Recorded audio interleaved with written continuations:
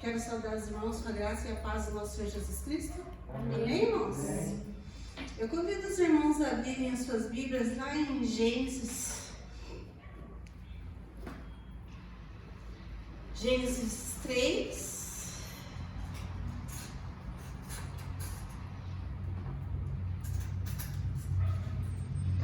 Versículo 8.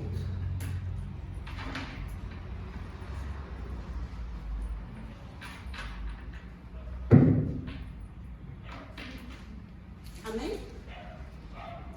Quando ouviram a voz do Senhor Deus e andavam no jardim pela virada do dia, esconderam-se da presença do Senhor Deus, o homem e a sua mulher, por entre as árvores do jardim. E chamou o Senhor Deus ao homem e lhe perguntou: onde estás? E ele respondeu: ouvi a tua voz no jardim, e porque estava nu, tive medo e me escondi. Amém, irmãos? Todos nós conhecemos essa passagem da Bíblia, né? E interessante a gente pensar ali que Deus passeava no jardim toda a tarde. Ao final da tarde, Deus ia lá, estar com o homem, com a mulher, estava ali com eles. Quando eu fiquei lendo esse texto, lendo ele desde o início, eu fiquei pensando assim, como gostoso era, né, aquele casal na presença do nosso Deus, né? Deus ali todas as tardes ia passear com eles, estavam ali com eles, né? Toda virada de tarde, Deus se sentava e ia conversar, bater papo, talvez tomar um chá com eles. Fiquei imaginando isso. E por causa do pecado, né? Porque quando eles desobedeceram a voz do Senhor, quando eles fizeram o que Deus tinha dito que eles não fizessem, e eles simplesmente não quiseram ouvir a voz do Senhor. Então, quando Deus veio, Deus estava passeando no jardim e chamou por eles. Eles, com vergonha, porque se viram nus, né? Eles já estavam nus antes, né? Mas naquele momento eles sentiram vergonha e se viram nus e se esconderam da presença do Senhor, né? Assim é o pecado em nossas vidas, né? Quando nós pecamos, quando nós fazemos algo que nos afasta do Senhor, eu digo nos afasta do Senhor porque quando nós pecamos, nós nos afastamos do Senhor. O Senhor não, Ele está sempre ali, pronto, com as suas mãos estendidas, para nos pegar novamente. Mas quando nós pecamos e não pedimos perdão, nós nos afastamos do Senhor. E ali nesse texto, então, o homem e a mulher, eles se viram nus, com vergonha, se esconderam da presença do Senhor, né? Quão triste é a gente pensar que nós possamos fazer algo e não nos arrependermos e nos afastarmos da presença do Senhor.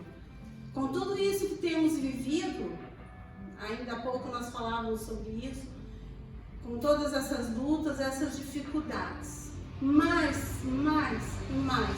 nós temos que estar na presença do Senhor. Porque se não for o Senhor em nossas vidas, olha, eu penso que para nós a nossa vida não tem valor algum. Nós temos que estar sempre na presença do Senhor. Pecar, nós somos humanos, todos nós pecamos, mas buscar a nos colocar diante do Senhor, a nos prostrarmos diante dele, estarmos pedindo perdão, para que nós possamos clamar a Ele e que Ele possa vir com as suas mãos estendidas, nos perdoar e continuar agarrada nas mãos do Senhor. para nós seguirmos em frente, né? Então, essa palavra que eu quero deixar com vocês, vocês quiserem ali compartilhar um pouquinho mais, estudar e ver como é lindo a presença do Senhor ali, como o Senhor foi e tem sido tão grande, tão misericordioso nas nossas vidas, né? Que nós possamos, aí, de repente, onde você está, no seu lar, que você possa se colocar diante do Senhor, se prostrar diante do Senhor.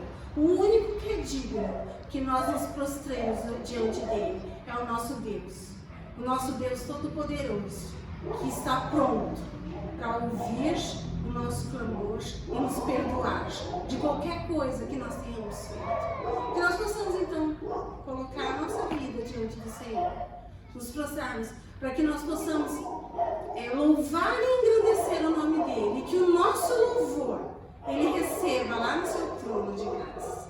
Amém, irmãos? Vamos ter um minuto de oração, né? Para que a gente possa louvar ao Senhor, para que nós possamos também estar nos preparando para ouvir a palavra do Senhor.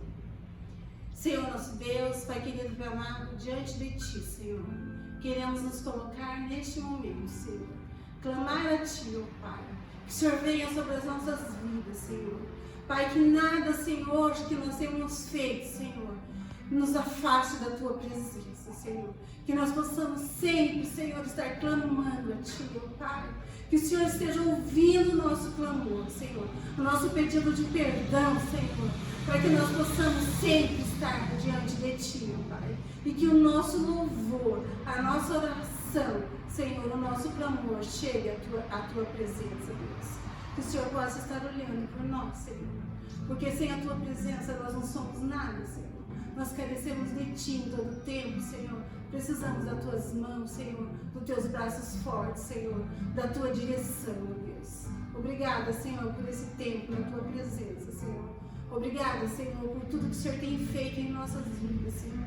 Obrigada, Senhor, porque em meio a tantas lutas, tantas dificuldades, Senhor, nós estamos de pé, Senhor, porque o Senhor tem segurado em nossas mãos e tem nos colocado de pé, ó Deus. Nós Te louvamos e Te agradecemos por tudo isso e por todo esse tempo, Senhor.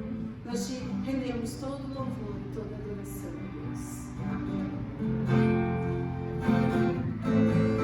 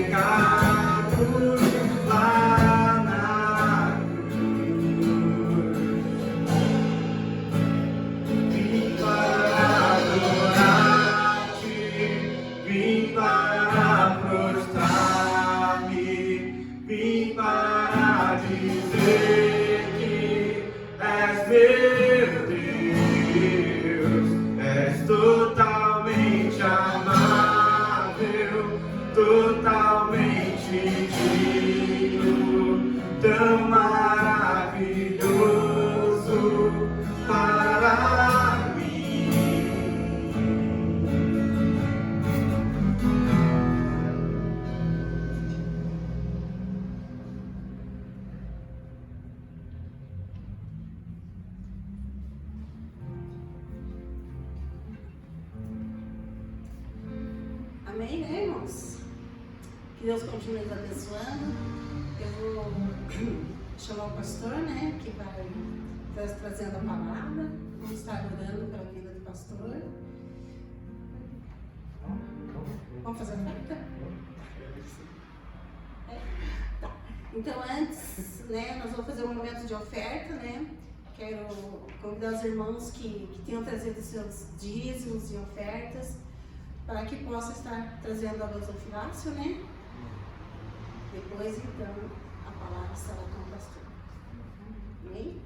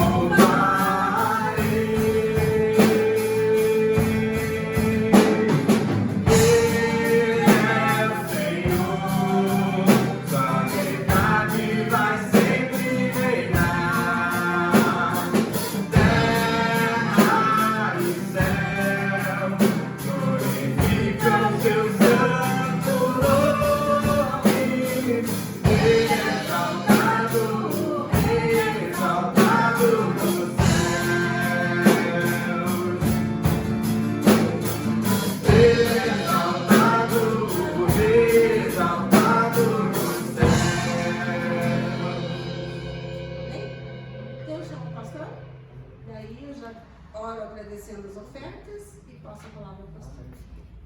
Senhor nosso Deus, Pai querido, Pai amado, queremos, Senhor, diante de Ti, Senhor, colocar esses dízimos e essas ofertas, Senhor, Pai querido, que é para o Teu reino, Deus. Pai, que o Senhor possa estar abençoando, Senhor, essas ofertas, Senhor. Pai, que a sua casa, Senhor, esteja sempre de portas abertas, Senhor, e que nós possamos sempre estar aqui louvando e agradecendo ao Teu santo nome, Senhor. Pai, nós queremos também colocar a vida do Senhor Jackson diante de Ti, Deus. Sabemos, Senhor, que o Senhor já falou o coração do Teu servo, Pai, que nós possamos agora, Senhor, estar com a nossa mente e coração aberto para ouvir a Tua palavra, Senhor. Que nós possamos aprender um pouquinho mais de Ti, Deus. Nós Te rendemos toda a honra e toda a glória e todo o louvor, Deus. Amém. Amém. Amém.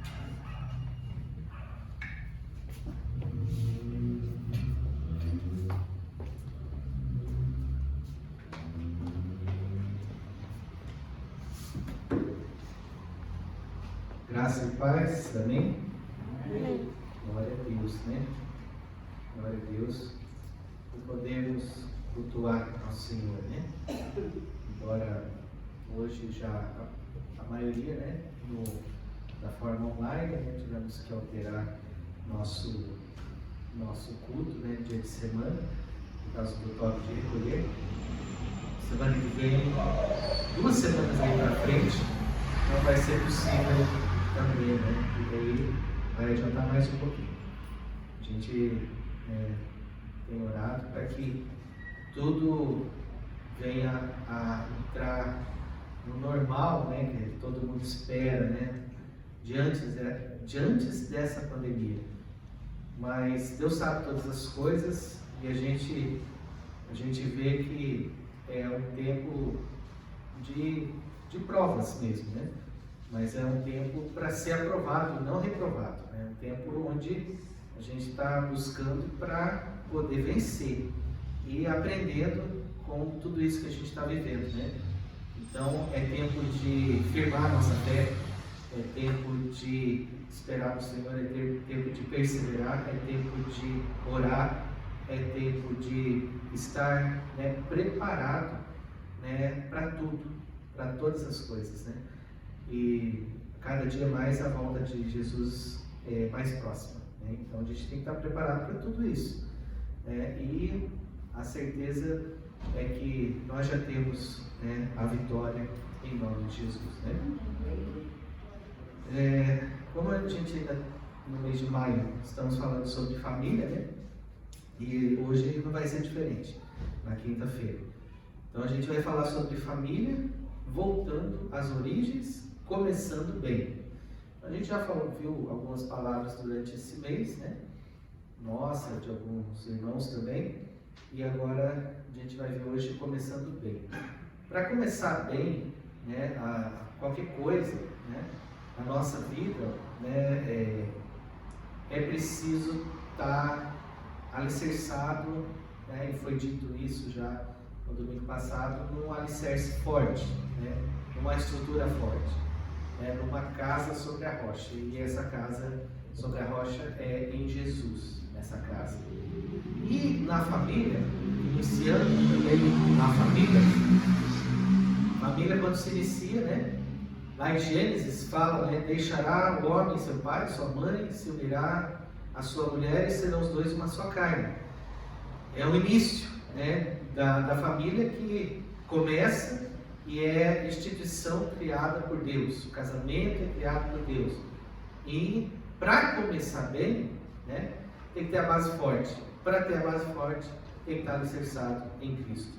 E tem que começar com Ele, estar com Ele, continuar com Ele, permanecer nele. Os dois começam e começam, né? E conhecem a Cristo. Né? No mundo que a gente vive, né, cada vez mais o mundo quer nos tragar, né? O diabo quer nos ceifar e as coisas do mundo nos seduzir, né? Tem aquela história do sapo, né? Que a gente às vezes já ouviu falar, conhece, O sapo, se você quer cozinhar um sapo, né, vamos dizer assim, vai jogar ele numa panela de água fervente. Você joga lá, ele vai pular e já vai escapar. Mas se você colocar ele na água, né, morninha, e depois o fogo está ali aquecendo, ele vai se acostumando, ele não vai pular, a água está gostosa, né? Joga um sal ali, né? A água com sais, e o sapo vai continuar e vai fervendo, quando vê ele já está cozido, né? E ele não pulou fora daquela panela. Na vida, no mundo, né? Na vida por aí, é assim, né? Nós, muitas vezes, coisas, né, no mundo nos levam a estar numa panela para sermos cozidos, né? E devagarinho vai aquecendo e a gente vai gostando e vai se acostumando com aquilo lá, parece normal, a água está quente, não é para acabar com a minha vida, e quando a gente vê, aquilo lá já está destruindo tudo, né? A gente acaba caindo dessa forma. A gente está falando então sobre começar bem, né? E eu quero ver alguns princípios a respeito disso, né? Principalmente quando a gente começa, né, um casamento, né? Ah, pastor, mas eu já casei. Amém, a palavra é para você também. Ah, mas eu pretendo um dia. Glória a Deus também, a palavra também é para você, para todos nós, né? E a gente escuta muita coisa, né? Por aí afora. E nós, né, no nosso tempo de caminhada com Deus e de ministério pastoral, a gente também vê muita coisa, escuta muita coisa, onde as pessoas falam muita coisa, né? E para quem vai começar, por exemplo, né, que nem os jovens, né, que pretendem namorar, né, e um dia constituir essa família, um casamento. Então, o namoro é para isso, o namoro é para namorar, conhecer, né? O preparo para isso, né? Para ver realmente, né, se vai ser para pergunta, e aí, vai casar ou não? Né? Para casar, exatamente, mas o namoro é para conhecer. E aí, muitas pessoas, às vezes, né, quando a gente vai falar aqui, ó, começar bem, a gente tem que entender o seguinte: tem que estar pautado em Cristo, tem que estar embasado na palavra de Deus, né? E a palavra de Deus fala algumas coisas a respeito. Tem texto bem conhecido para a gente, lá em Coríntios, que fala sobre jugo desigual, não é?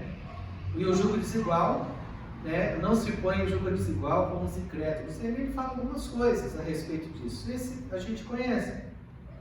E nós precisamos nos atentar ao que diz a palavra para que a gente tenha êxito, para que nós possamos estar no caminho e não sair desse caminho e viver, né, a vontade de Deus até completar a carreira. Então a gente precisa, né, ficar alerta e ouvir a palavra e obedecer a palavra, né? Mas essa caminhada a gente ouve muita coisa. E aí tem aqueles que dizem assim: ah, mas eu não preciso desse negócio, né? De ter que namorar só cristão, né? Só o crente mesmo, né? Ah, daí a gente escuta: ah, lá na minha igreja não tem ninguém para mim. Ah, eu vou namorar, acho que não tem nada a ver namorar uma pessoa que não serve a Deus, né? Eu vou evangelizá-lo, eu vou evangelizá-la, eu vou viver, eu tenho que fazer missão, não é? Eu vou fazer a missão ali, né? E as pessoas começam com algumas falas, né, que a gente ouve, né? Ah, mas ele é mais correto que os homens da igreja, mais justo, mais honesto, mais amável. Até tem muita gente que é mesmo, né? Aí para fora do que muita gente dentro da igreja, né? E a gente escuta isso. E terceira, né? O jugo desigual é uma preferência, não é uma ordenança, né? Ali é um conselho apenas, não é uma ordem, né? Não é uma recomendação que eu não possa fazer, né? Eu posso fazer, né, se eu quiser. Outra que a gente escuta, né? Em quarto lugar: não achei na igreja ninguém e agora o tempo está passando, né? Na minha idade já não posso ser tão exigente assim, tem que abrir o meu leque. Agora pode ser qualquer pessoa. A gente escuta essas coisas. E as pessoas agem assim. Em quinto, o problema é o casamento e não o namoro. Eu não tenho problema em namorar com a pessoa assim, desse jeito, que não é cristã. E sim, quando casar. Mas, gente, o namoro é para isso, é para casar. A verdade é que o namoro serve para responder uma única pergunta: você vai casar com essa pessoa? Né? E pensando nessas falas, né, a gente precisa voltar para a palavra de Deus. Né? Em Gênesis, ainda, a gente vai ler alguns textos, mas eu vou abrir no capítulo 1, no versículo 27. Só esse versículo, capítulo 1 de Gênesis, versículo 27, diz assim: criou Deus, pois, o homem à sua imagem, a imagem de Deus o criou, homem e mulher os criou. Então Deus fez o homem e a mulher a sua imagem e semelhança, e a sua imagem e semelhança os criou, né? Num propósito só. Por que Deus faz a imagem e semelhança, né? A gente sabe que Deus não é essa carne, né? Daí talvez você pense, mas que imagem e semelhança é essa? Nas virtudes, no caráter também, principalmente, com certeza. Mas Deus nos fez para uma coisa só. E quando você lê ali em Gênesis, você vai ver, para andar com Ele. Todos os dias Deus estava lá no jardim, na viração do dia, para falar com o homem e com a mulher. A gente viu no início, né, do culto, né? E a verdade é que é para quê? Para ser amigo, para ser companheiro, para ser íntimo, né? Para isso que Deus nos fez. Para que nós, né, o adoremos, o exaltamos, para que nós possamos glorificá-lo. Então, o propósito de Deus, ao nos criar, foi o quê? Glorificar Ele, ser amigo dele, andar com Ele, estar com Ele. Então, Deus não pensou, Ele sabe todas as coisas. Não é que Ele não pensou, né? Eu estou falando assim dessa maneira, mas Ele sabe todas as coisas, Ele sabe o que iria acontecer, né? Ele sabe o futuro, né? Então, Ele sabia da queda do homem. Mas o propósito não era a queda. Deus criou o homem para cair, morrer, ir para o inferno? Não. Deus criou o homem para estar com Ele, para todos sempre. Então esse é o propósito de Deus. Então se é o propósito de Deus, nunca, jamais, né, definitivamente Deus não quer que a gente saia da presença dEle. E muitas coisas podem nos tirar da presença dEle. E a gente está falando aqui de começar bem e formar uma família, e a questão do namoro, e muitas vezes os namoros, né, já tiram muitas pessoas da presença de Deus. Né? Não é o que a gente vê lá, eu vou evangelizar, eu vou fazer missão lá com aquela pessoa. Aquela pessoa que não conhece a Deus, ela precisa conhecer a Deus, ela é alvo do amor de Deus. Né? Jesus, né, morreu por ela também. Né? E a todo aquele que nele crê, não vai morrer, diz a palavra. Mas tem que crer nele. E aí a gente precisa sim testemunhar, evangelizar com amor, né? Falar desse Deus, mostrar esse Deus, para que as pessoas caminhem com esse Deus. Sim, mas não é no namoro que a gente vai fazer isso, que a gente vai conseguir. É muito difícil isso, né? Há exceções, né, que acontece de pessoas acabarem se convertendo, né, se entregando a Deus. Num namoro assim, né, com um cristão e o outro não é, né? Há exceções, mas via de regra, né, a gente tendo uma experiência, tendo uma caminhada de ministério pastoral, de vida cristã, você que tem, quando você olha, o que você percebe num namoro desses? A maioria sai do caminho, sai da igreja, para de vir, esfria, larga, né? E até apostata da fé. Não é assim? Eu estou falando bobagem. Essa é a regra. A exceção é alguém se converter no namoro. Né? Já vi pessoas se converterem sim, mas dá para contar. Então, em vez daquele que é o cristão influenciar, ele se deixa ser influenciado. Na verdade, ele já está partindo num propósito fora da palavra de Deus. Ele já está indo errado, ele já está começando errado. Ele já não está ouvindo e obedecendo. Ele já está fazendo errado. E aí, muitas pessoas acabam sofrendo.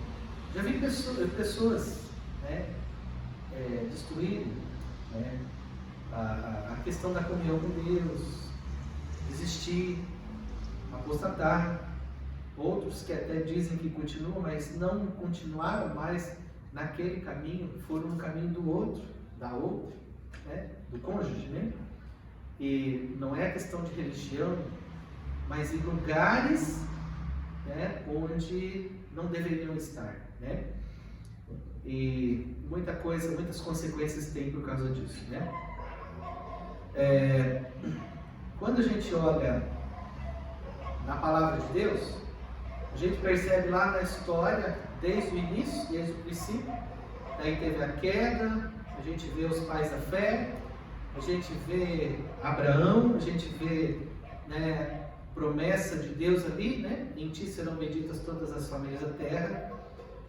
Deus faz uma promessa, descendência, filhos e não tem filho, E depois a gente vai começar a ver ali que muitos acabam tendo 2, 3 mulheres, 4 mulheres, e sempre quando isso aconteceu, houve consequências por essas atitudes. Muitos, todos na verdade, tiveram consequências, sofreram pelos seus erros, pelos seus pecados, porque nunca foi o plano de Deus que fosse polígono. Deus fez homem e mulher se unir e ser uma só carne. É um homem e uma mulher. Não é com 2, 3, 4 ou vice-versa. Troca de papéis. Houve consequências drásticas. Homens com mais de uma mulher, houve consequências drásticas. Falta de amor, houve consequências drásticas. Com a família, com a esposa, com o esposo, com os filhos, arquitetando, maquinando contra o marido, a favor de um filho, contra o outro, Você vê lá a questão de Esaú e Jacó, você vê o que a mãe faz, Você vê, para enganar Jacó, não só nessa questão, mas em tantos exemplos na Bíblia, consequências drásticas. Tudo por desobediência, Em Gênesis 16, do versículo 1 ao 3, você não precisa abrir isso a Bíblia, mas lá daí vai falar daquele momento de Abraão, onde ele está esperando a promessa, a mulher dele, Sara, vem e fala assim, vamos dar um jeitinho, porque eu não aguento mais. O que ela está dizendo assim, Deus falou e não vai cumprir, então eu quero ter descendência, vai ter que ser pela minha escrava, Agar, e eu te dou ela como mulher, você vai possuir, o filho que ela tem vai ser nosso filho. E assim eles fazem. E depois a gente sabe da história, vem o filho da promessa. E quando vem o filho da promessa, então vai dar rolo antes, vai ter problema. Ela vai sempre ali com Agar, sair faísca, brigar, achar um monte de coisas, tá me insultando, tá isso, tá aquilo, não quero mais ela aqui, não quero o filho dela, vai ficar só meu filho. Manda ela embora, expulsa ela. Deus, por misericórdia e amor também a eles, não deixa que eles morram lá no deserto, e eles vão embora. Deus deu um plano para Esaú também foi próspero, abençoado, mas através dessa atitude, até hoje tem consequências por causa disso. Da linhagem de Esaú saiu os muçulmanos, os árabes muçulmanos, a religião islâmica, e do filho da promessa ali de Isaac vem os judeus e o povo que brigou sempre, e depois com os cristãos, que é dos judeus vieram os cristãos e continuou aí todo o rolo por centenas e agora mais de 1000 anos, né? Desde a época de Esaú, assim, essa linhagem, né? Mas o povo islâmico, 600 anos depois de Cristo, com Muhammad, né? Profeta Maomé. Então, da linhagem, né? Consequências drásticas por causa do erro, por causa de não ouvir, por causa de não obedecer. E a gente está falando sobre começar bem. Quando a gente olha lá também no Antigo Testamento, a mistura do povo de Deus com outros povos. Deus tinha falado, não mistura. Não faça o jogo desigual. Com pessoas que adoram outros deuses, não querem saber de mim, e são profanas, idólatras, e isso e aquilo, cruéis, não façam. E o pessoal fez? Não fez? Fez até tal ponto que lá em Esdras, né, no capítulo 10, né, Esdras, que é um dos responsáveis junto com Neemias, né, depois, olha só, por causa deles errarem, de pecarem, de fazer tudo, não ouvir, não obedecer, eles foram, né, aconteceu o que Deus havia dito, eu vou tirar vocês daqui, um outro povo vai dominar, vocês vão ser escravos deles, vou dispersar vocês, vocês vão ficar em cativeiro de inimigo. E foi dito e feito pela desobediência. Se vocês não me obedecerem, e esse povo foi fazendo tudo que é errado, o que aconteceu? Realmente veio o cativeiro na época dos persas, da Babilônia, né? E daí na reconstrução, que é Neemias e Esdras, para reconstruir os muros da cidade com Neemias, para restaurar também o culto a Deus e todas as coisas quando eles voltam para Jerusalém, Esdras também está fazendo isso. E naquele momento, Esdras capítulo 10, ele vai dizer assim, né? E o povo ali, vários, chegam à conclusão, os sacerdotes, olha, nós erramos, feio, mas temos que nos arrepender. Vamos nos arrepender, e o erro nós temos que tentar acertar isso aí. O que era? Eles tinham casados com mulheres estrangeiras, que não serviam ao Deus de Israel, serviam a outros deuses, tiveram filhos, e depois eles vão ter que fazer o quê? Despedir elas. Duro isso, né? Vão embora, largar as mulheres, os filhos e tudo mais, porque não era para ter feito aquilo, naquele momento. Algo terrível, né? Algo terrível, naquela época, tá? Terrível, terrível. E a gente vai vendo essa questão. Agora eu vou ler lá em 2 Coríntios, no capítulo 6, que é o texto que eu citei aqui do Novo Testamento, que é bem conhecido, mas eu gostaria de ler com você e a gente vai falar um pouquinho sobre o contexto dele. 2 Coríntios capítulo 6, no versículo 14, diz assim, 2 Coríntios 6, 14: Não vos ponhais, não vos coloqueis em julgo desigual com os incrédulos, porquanto que sociedade pode haver entre a justiça e a iniquidade, ou que comunhão da luz com as trevas, que harmonia entre Cristo e o maligno, ou que união do crente com o incrédulo, que ligação há entre o santuário de Deus e os ídolos? Porque nós somos santuários do Deus vivente, como Ele próprio disse: habitarei e andarei entre eles, serei o seu Deus e eles serão meu povo. Por isso, retirai-vos do meio deles, separai-vos, diz o Senhor, não toqueis em coisas impuras, e eu vos receberei. Serei vosso Pai, e vós sereis para mim filhos e filhas, diz o Senhor Todo-Poderoso. Se você olhar o contexto dessa palavra, ele não está falando de casamento não, tá? Não é de casamento. Não é. O contexto vai falar em Corinto, na cidade de Corinto, né, uma cidade com muitos templos de outros deuses, idólatras, né? Ali as pessoas adoravam outros deuses. Uma cidade portuária, uma cidade grande para aquela época, uma cidade de um antro de pecado terrível, mas que agora tem um povo cristão lá. Paulo pregou, pessoas se converteram, nasce uma igreja e Paulo vai orientar essa igreja em tudo. Já está na segunda carta. Na primeira você vê um monte de orientações, não é? E sobre casamento também, na primeira. E agora na segunda ele continua ainda, ele tem que orientar esse povo, tem muita coisa errada, muita sujeira ali, né, de pecado, e ele está orientando. Mas o que está acontecendo? Esse povo se diz cristão, né, se converteu e tal, e ainda continuam tendo sociedade, não só sociedade, né, mas tudo com o povo que não serve a Deus, né?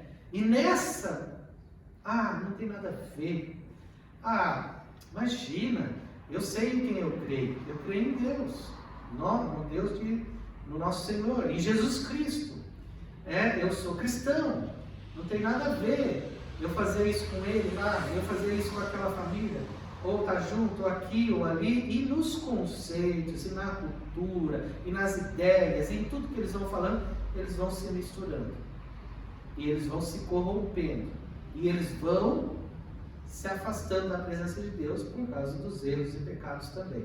Então Paulo vem advertir sobre isso, sobre o que está acontecendo. Claro que entra a questão do casamento também, mas não é sobre isso. O tema principal é essa comunhão com todos os outros. Paulo é o primeiro a dizer, nós temos que evangelizar eles.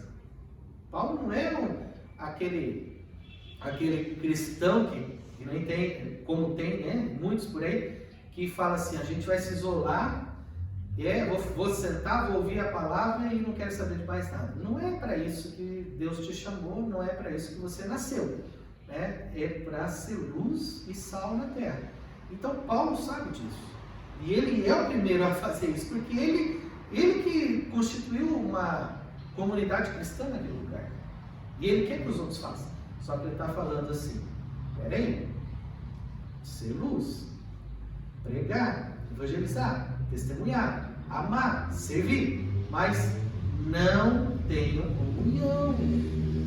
Fazer todas as coisas e tudo, como ele diz, tudo me é lícito, mas nem tudo me convém. Tudo está aí, mas nem todas as coisas vão me deixar dominar por elas. Não. Então ele vem orientando nesse sentido. Então daí que ele diz essa questão, né, da associação com esse povo, né? 5 características de associação com essas pessoas. Primeira, comunhão.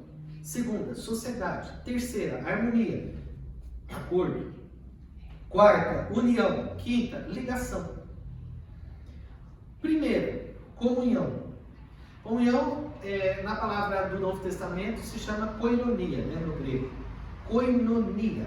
Em Atos 2, lá no capítulo 2, versículo 42, vai falar sobre eles tinham tudo em comum. União, comunhão, koinonia.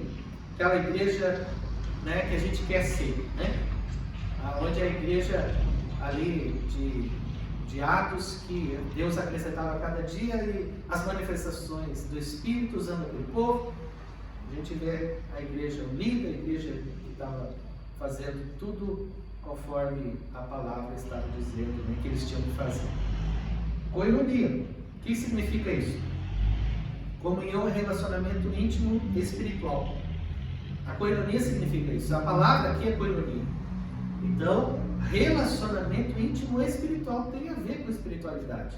Então, a pessoa, né, acredita em outras coisas, mas eu estou tão junto, ligado com ela, que eu falo, não, eu acredito nisso aqui, mas eu estou junto aqui com você. Em algumas ocasiões, em algumas situações, eles vão fazer uma reza, ou sei lá o quê, né? E eles estão juntos. Não, Deus sabe. E não só isso, né? No sentido espiritual, mas vai muito mais além. Eu estou concordando com muitas coisas. É isso que Paulo está dizendo. Ó. Vocês não devem ter esse tipo de comunhão. Sociedade é participação, é partilhar algo, é fazer parte de algo juntos, né? Num comércio ou qualquer outra coisa, né? A gente fala assim, é meu sócio, né? Mas não só isso, né?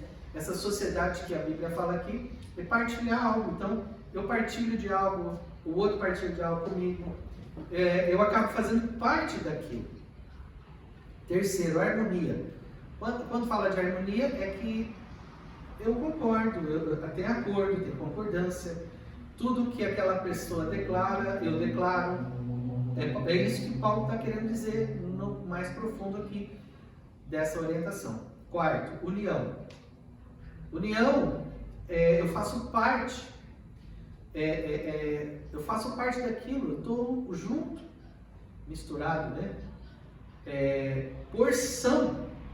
É como uma laranja e os seus gomos, né? Eu tenho alguns gomos, o outro tem os gomos, mas nós estamos ali, unidos, né? Eu faço parte do que essa pessoa faz parte, nós estamos juntos. Quinto, ligação. Eu aprovo com tudo que você diz. Eu aprovo e é assim que eu quero viver, na ligação, né? Então o negócio estava tão assim que estava acontecendo isso. E muitas pessoas estavam saindo dos princípios de Deus e da presença dele. Então Paulo veio dizer, não dá, né? Ninguém é cristão, né? Paulo está dizendo para eles lá, que, do jeito que vocês tinham que ser, teria que ser diferente, luz para eles, e não associação, união, harmonia, sociedade, né? Comunhão, não é isso, dessa forma não é assim. Então Paulo exorta a igreja dessa maneira, né? Isso serve, claro, daí também a questão dos relacionamentos do namoro, do casamento, né? Todos, né, nesse convívio e nessa exortação de Paulo, ele está dizendo, vocês têm uma aproximação íntima, vocês estão juntos em todas as coisas. E daí por isso que Paulo nos versículos lá no capítulo 6 de 2 Coríntios, versículos 17 e 18, ele fala assim, por isso retirai-vos do meio deles. Vocês já estão aí fazendo tudo isso, mas não dá, vocês têm que sair. Retirem-se, separai-vos, diz o Senhor. Não toqueis em coisas impuras, e eu vos receberei. Serei vosso pai, e vós sereis para mim filhos e filhas, diz o Senhor Todo-Poderoso. Saiam de perto, parem com isso. Aí, na questão do casamento, Deus não está falando isso. Porque uma pessoa que já está casada e está nessa situação, não é para separar. A Bíblia fala em outros textos, né? Não é. Já fez. Se ela conhecia a palavra e ela entrou nisso, no jogo desigual, tem uma outra palavra que vai falar a respeito disso, a gente já vai ver. Não é para largar, mas é para ganhar essa pessoa com testemunho e sem falar. Ele fala sem palavra, né? Já fez tudo errado. Agora, também existem aqueles que também não conheciam o Senhor e no caminho, depois já de casado, se converte, o outro não. É a mesma coisa, né? Deus não está falando nessa questão. Ele está dando uma orientação que nós podemos ter e que nós podemos orientar a igreja e os nossos filhos e todos que vão passar por esse processo. Nós devemos orientar, na verdade. Agora, vai fazer é porque não ouve a voz de Deus. É porque não tem temor de Deus. Porque se conhece a palavra e vai fazer. Aí pode ter consequências seríssimas, drásticas, né? E 1 Coríntios 7,39, voltando um pouquinho ali, na carta anterior, né? A primeira dele, 7,39, ele fala assim, a mulher está ligada enquanto vive o marido. Contudo, se falecer o marido, fica livre para casar com quem quiser, mas somente no Senhor. Alguém tem a Bíblia na linguagem de hoje aí? Ou Nova Tradução na linguagem de hoje, ou NVI? Diferente da minha aí? 1 Coríntios 7,39. 1 Coríntios 7, 39. O que diz lá? 1 Coríntios 7, 39. A mulher não está livre enquanto o seu marido estiver vivo. Caso o marido morra, ela fica livre para casar com quem quiser, contanto que case com um cristão. Olha só. Contanto que case com um cristão. Ela está livre na viuvez para casar com quem quiser. Ou o marido, mesma coisa, né? Vice-versa, tanto para homem como para mulher. Contanto com um cristão. Paulo, aqui é a primeira carta, ele está falando isso. É a primeira orientação para eles, ele está falando com um cristão. Se a mulher casou com um que não era, tem que até ficar viúva. Foi isso que ele disse. Mas morreu, pode casar, nesse sentido. Tem tantas perguntas da questão do casamento, né? Nossa, se fosse falar, a gente ficava aqui um tempão. Mas, no Senhor depois. Pronto. Qual que é a ordem? Com o cristão. Se não for com o cristão, é para casar? Não. Porque a ordem é com o cristão. Pronto. Aí, se é com o cristão, quando ele está falando lá sobre o jugo desigual, da comunhão, com os incrédulos e tudo, é óbvio que não é só para quem agora vai contrair um novo casamento nesse sentido, mas é para aquele que vai ter o primeiro. É aquele que vai começar a namorar. É com o cristão. Cristão com cristão. Né? E a Bíblia é bem clara a respeito disso. Então, eu quero pensar algumas coisas a respeito disso que nós estamos falando para começar bem. Primeiro, a gente precisa esperar em oração, né? E entender que esperar em oração e buscar em oração aqueles que vão iniciar, né, nessa questão, uma família, não quer dizer não fazer nada, não quer dizer ficar parado. Ficar em oração, esperar em oração é ficar parado e é não fazer nada? Não, é fazer tudo e fazer o melhor, esperar no Senhor, buscar sim em oração. Claro, a gente tem que estar muito atento aos sinais, né? E Deus vai mandar e a gente participar, correr no sentido assim, eu estou aqui, Deus vai me mostrar, né? Vai preparar. Aí a pessoa fala assim, não, eu vou ficar só em casa fechado lá, vai bater na minha porta. Não é assim, né? Vamos orar, mas também vou para a igreja, vou para os cultos, para os trabalhos, vou para o encontro, né? Quantos aí arrumam, né, a bênção, né, no encontro, nos encontros, né? E por aí vai, né? E a gente tem que fazer a nossa parte, mas esperar em oração, né? Não é ficar parado.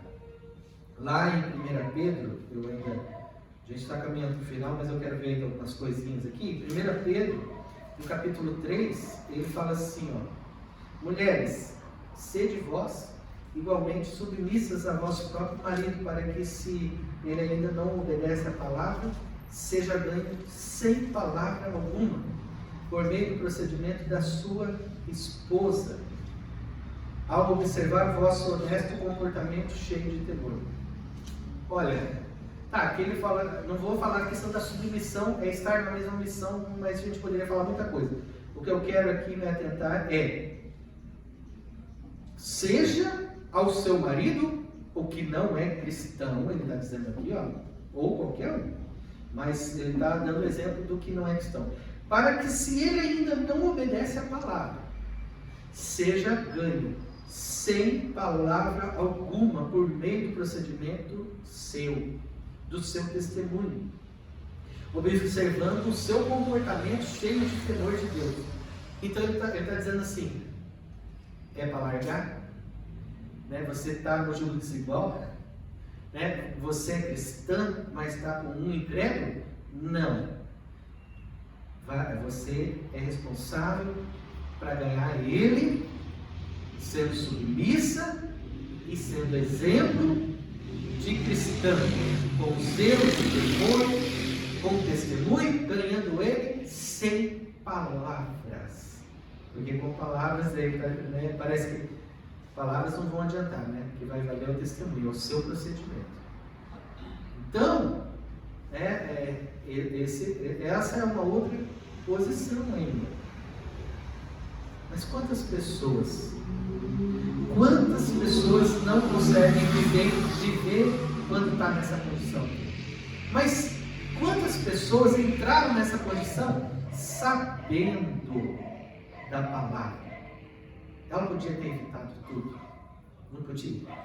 Podia ter evitado tudo, podia, esperar no Senhor e cristão com cristão, e não namorar no jogo desigual, não é? Conhecer, buscar dessa maneira, a base sendo Cristo já no casamento, os dois, E entrou às vezes numa condição dessas aqui. Mas aí Paulo está dizendo, não é para largar, é para você ganhar ele para Cristo. Ah, mas e se não ganhar, é testemunha? Não importa, é o teu papel. Para sempre. Para sempre. Em 1 Coríntios ainda, voltando ao capítulo 7, deixa eu dar uma olhada aqui, no 12, diz assim, 1 Coríntios 7, 12, ele diz assim, ao mais digo eu, não Senhor, se algum irmão tem mulher incrédula, e esta consente em morar com ele, não a abandone. E a mulher que tem marido incrédulo, e este consente em viver com ela, não deixe o marido. Porque o marido incrédulo é santificado no convívio da esposa, e a esposa incrédula é santificada no convívio do marido crente. De outra sorte, os vossos filhos seriam impuros, porém agora são santos. Então, ele é incrédulo, ela é incrédula, mas eu sou crente. Não abandone. Busque. Tente ganhar daquele jeito como ele falou lá em Pedro, É daquela maneira, testemunhando com zelo, temor, no Senhor, e testemunhando na vida do cônjuge, Aí, se a gente continuar lendo aqui, ele vai falar assim, mas se essa pessoa incrédula abandonar, largar, sair, separar, e não foi da parte do crente, não tem o que fazer porque a outra pessoa não quer e arrumou até a outra já, daí ele fala, está livre, nesse sentido aqui. Não deveria ser assim, no sentido assim, da parte do cristão nunca deve abandonar, mas também a palavra fala a respeito, de quão sério que é a questão do casamento, porque Jesus fala a respeito também, e depois ele fala, há pessoas que nasceram eunucos, outros que fizeram deles eunucos, e outros que se fizeram eunucos por causa do reino dos céus. E daí as pessoas falam, então não adianta casar, porque é duro, porque a gente quer separar. A hora que não der certo, a gente separa. Aí Jesus fala assim, por causa do reino dos céus. Ou seja, você quer, vai ser assim. Se repudiou, se aconteceu, eunuco, é o que diz a palavra. É muito sério, É muito sério. Namoro é muito sério, casamento é muito sério. Precisa estar embasado no alicerce, que é Jesus Cristo. E, segunda coisa, terminar o namoro, terminar o noivado, Mesmo que a pessoa começou errada, ela pode acabar ainda antes do casamento. O namoro se desfaz, o noivado se desfaz tranquilamente, antes de dizer o sim. E quantas pessoas vão entrar nessa, no sentido assim, às vezes não é aquilo, não seria aquilo o ideal, não era aquilo que Deus queria. A pessoa está querendo, mas então o que Deus uniu, o homem não separa, então eu vou me unir, então eu vou separar. Não é assim, casamento não é assim. Constituição de uma família é dada por Deus. E depois a gente faz um juramento diante de Deus, e com Ele, no altar e diante de testemunhas. Casamento é comunitário, até que a morte nos separe. Na alegria, na tristeza, na saúde, na doença, tudo que é falado lá, né? Os votos, né? É o quê? Está fazendo uma aliança. Não deve ser quebrada, não pode ser quebrada. Mas pode ser desfeita até não estar ainda, né? Então, ainda dá tempo para aqueles que entraram errado.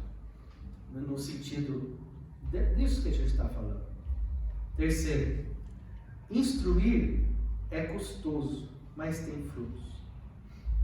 Instruir custa, mas não podemos desanimar por isso e devemos instruir que tem frutos.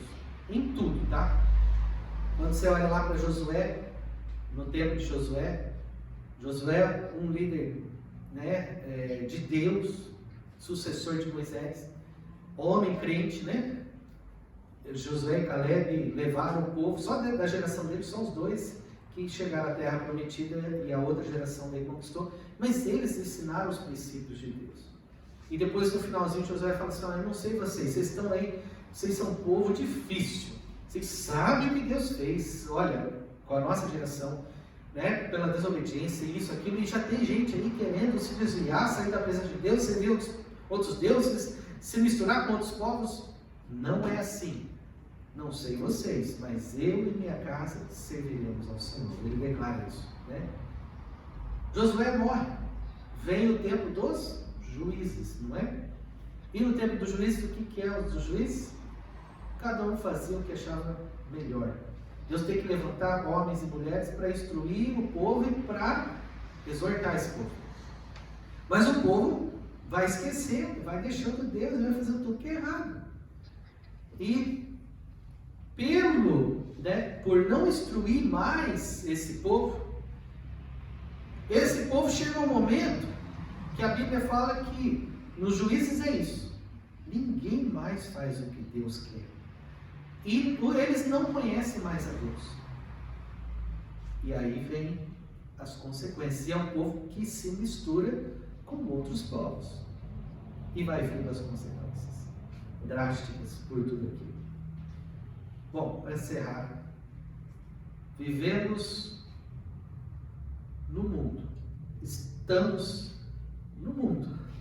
Não somos deste mundo, como a Bíblia fala, né? Em João, né?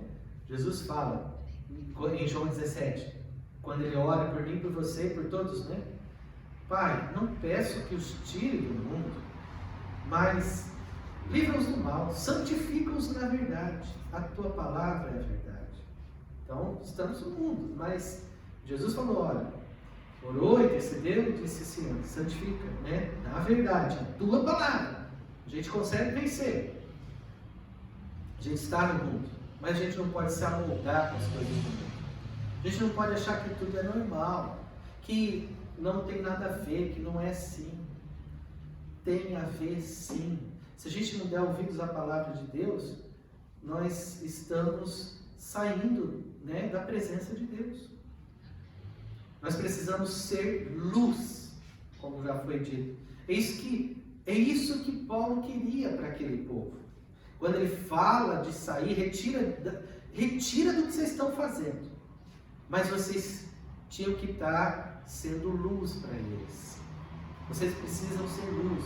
Então nós precisamos ser luz, precisamos ser testemunhas. Testemunhas dele, né, de Jesus. Precisamos mostrar a essas pessoas, a todas as pessoas, que nós amamos Jesus e que Jesus ama eles. E quem Jesus é. Eles precisam conhecer Jesus, né? Nós precisamos testemunhar para a nossa família, nós precisamos testemunhar para os vizinhos, nós precisamos testemunhar para os amigos. Aonde nós formos, onde nós estivermos, nós precisamos testemunhar e glorificar a Deus através dos relacionamentos, sim, mas da forma correta, né? E dessa maneira como a gente está vendo aqui na palavra hoje. Em segundo, compromisso como igreja, eu e você somos igreja. O nosso compromisso é amar as pessoas independente de qualquer coisa, independente das situações, independente do que ela é, fez, faz, isso, aquilo, amar. Testemunhar e amar. Servir a Deus, servir as pessoas, amando uns aos outros e amando as pessoas. Mas da forma correta, como a palavra fala. E independente de qualquer coisa. Né? Levar, né, as boas novas e principalmente com as nossas ações. E terceiro e último, responsabilidade como igreja, ser fiel com o que Deus fala em sua palavra. Nós precisamos ser, e é isso que Deus espera quando Jesus fala nos evangelhos, ele fala sobre mordomo, né, sobre dispenseiro, e ele fala assim, e o que Deus procura no dispenseiro é que ele se encontre fiel. Quando ele fala lá daquele mordomo, ele dá aquela parábola, ele diz assim, e o seu senhor confiou tudo aquele mordomo, né, ao dispenseiro, e ele pensa assim consigo, né, meu senhor demora a voltar, então ele vai beber, vai festar, vai espancar os outros criados, vai fazer isso, aquilo, e o senhor chega bem na hora que ele está fazendo tudo isso, e ele está sendo desobediente e infiel. Para esse, né, vai ter castigo, choro e ranger de dentes com os infiéis. E para aquele que é o mordomo, o dispenseiro, que ouve tudo e os conselhos do seu Senhor e administra e cuida de tudo do jeito que ele falou. Bem-aventurado ele é, porque quando o seu Senhor chegar, vai encontrar tudo certinho, a casa em ordem, na obediência, né? Fazendo aquilo que Deus falou. E esse vai ter então também o seu, agora a sua recompensa, né? A Bíblia fala a respeito disso. Então, responsabilidade como igreja. Ser fiel com o que Deus fala em sua palavra e não negociar os princípios dela.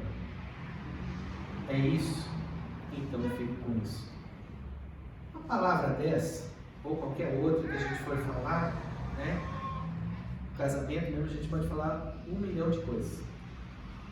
Né? Se a gente jogasse e tivesse, né, muitas pessoas ouvindo, né, muita gente ouvindo, pode ter certeza que teria muita gente discordando, que teria muita gente reclamando, que teria muita gente falando assim, não é bem assim, as coisas mudaram, os dias de hoje são diferentes, esse pastor é retrógrado, esse pastor é isso, esse pastor não sei o quê, e não só eu, mas quero falar a respeito disso. Uma coisa, Deus não mudou, a Bíblia não muda.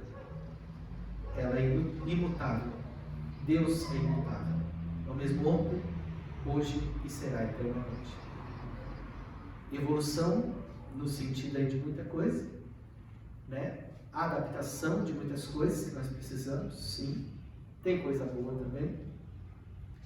Mas princípio não se muda. Princípio não se quebra. Princípio se usa, se guarda, né? E aplica dia a dia na nossa vida. Não pode ser quebrado. Amém? Fica essa ministração, essa palavra, essa reflexão para a gente. Eu quero orar nesse sentido, né? Começando bem, para que tudo vá bem, né? E aqueles que estão no meio do caminho, né? Às vezes a pessoa fala, mas é uma cruz muito pesada. Não é não. Deus sabe tudo que eu e você podemos suportar. Ele não dá fardo mais pesado que a gente possa carregar. Tá? E às vezes um fala, ela é minha cruz, ele é minha cruz. Mas a gente também precisa mudar, né? Em muitas coisas. Né? Porque a gente quer ver mudança no outro. Né? Claro que quando fala na questão do incrédulo, né? Um crente, um cristão, e um descrente, incrédulo, né? É bem diferente nesse sentido, né? É o oposto mesmo, né? Um puxa para um lado, outro puxa para o outro. Eu quero as coisas de Deus, eu quero de santidade, eu quero espiritual. O outro quer mundano, carnal, profano, isso e aquilo, né? Então é luz e trevas mesmo, é tudo isso. Mas tem que perseverar, para aquele que já está nessa condição, né? Para ser testemunha e para ganhar, mesmo sem falar, como diz a palavra. Né? O importante é nos encontrarmos fiéis ao Senhor. Então, para aqueles que têm a responsabilidade, não é só a responsabilidade, mas a oportunidade para começar sabendo a palavra, né? No sentido, eu vou partir para isso agora, né? Os solteiros, não precisa errar, não deve errar, não deve sair da presença de Deus ou na desobediência. Pode e deve escolher ser fiel. E com certeza Deus vai abençoar muito e preparar a pessoa certa. O jeito dele. Que ame a Deus em primeiro lugar. Com toda a sua força, toda a sua alma, todo o seu entendimento, todo o seu coração. Tem que achar uma pessoa assim. E que ame o cônjuge também, mais do que tudo. Que vai ser realmente, não é uma pessoa perfeita, porque não existe ninguém perfeito. Mas aí sim vai estar dentro daquilo que Deus planejou. Alguém preparado por Ele. Aí é diferente. Né? As coisas, com certeza, podem ser diferentes. E a gente não quebrar princípios. Fazer tudo do jeito da Bíblia, da palavra, no tempo certo, com oração, né? E com obediência e fidelidade. Vamos orar? Amém? Aos que estão aqui, fiquem em pé. A gente vai fazer a oração e já colocar famílias, colocar, né, diante disso que a gente falou, da palavra, nessa direção, e as famílias e o nosso culto de propósito hoje também, né, os motivos de oração e tudo, a gente vai colocar na presença de Deus. Vamos lá?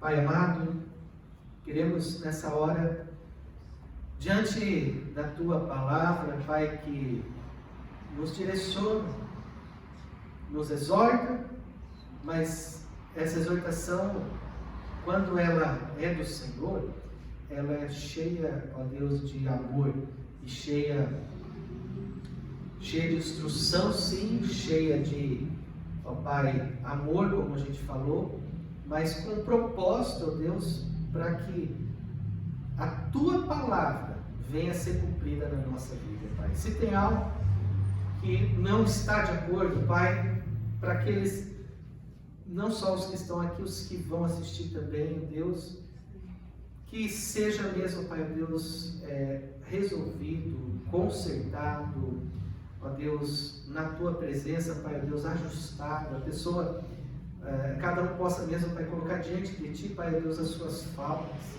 pedindo mesmo, Pai, Deus, a ajuda do Senhor nesse processo e que nós possamos nos achar fiéis. É isso que o Senhor espera dos despenseiros, ó Pai.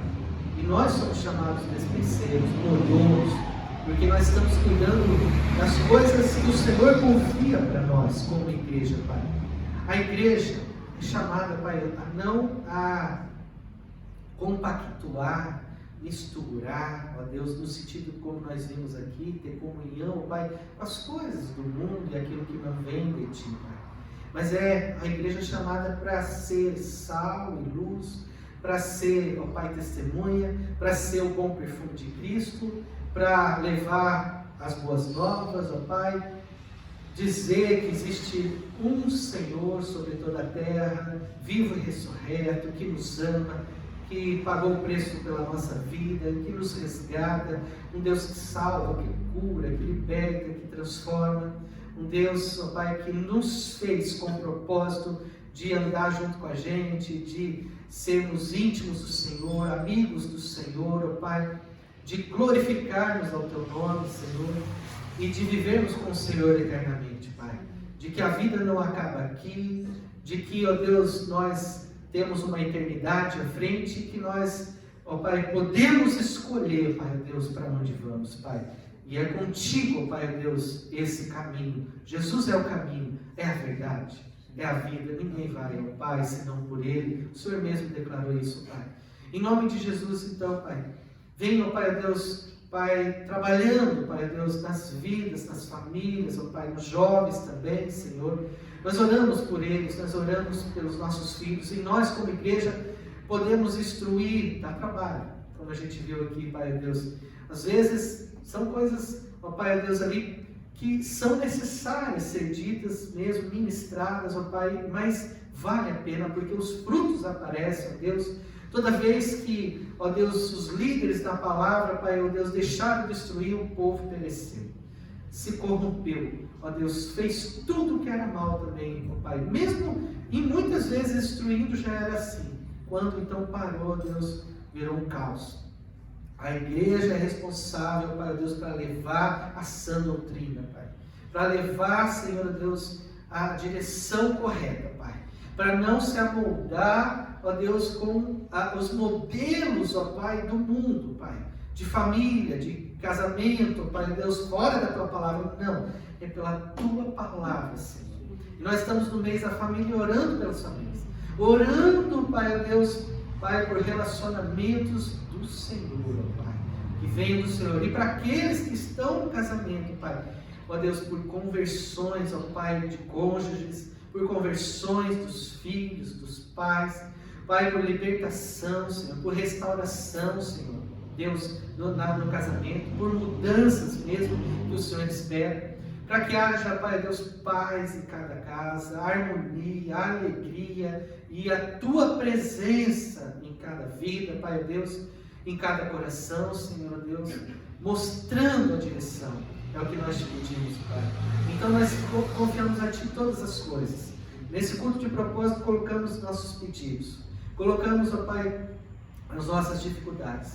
Colocamos, Senhor Deus, nossa família, nossa casa. Colocamos, Senhor, a igreja do Senhor. Colocamos, Senhor, ó Deus, as causas, ó Pai, Deus, que nos cercam, o momento da pandemia, o agravo, ó Pai, que estamos vivendo.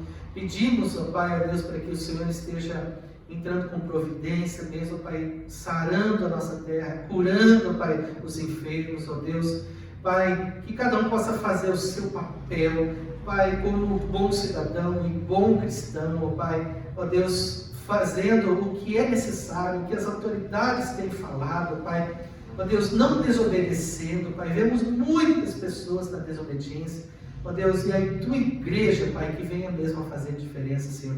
Nós oramos por transformação, nós oramos por redução, Pai, da doença, dos infectados, dos enfermos, dos leitos, dos hospitais, ó Pai, nas UTIs, ó Pai, pessoas que estão esperando por vagas e não tem, Pai, ó Deus, em nome de Jesus, Pai, ó Deus, venha suprir essa deficiência, venha também, ó Pai, Deus, curando a cada um, Senhor, venha, ó Pai, no momento, ó Pai, que eles estão, ó Pai, passando.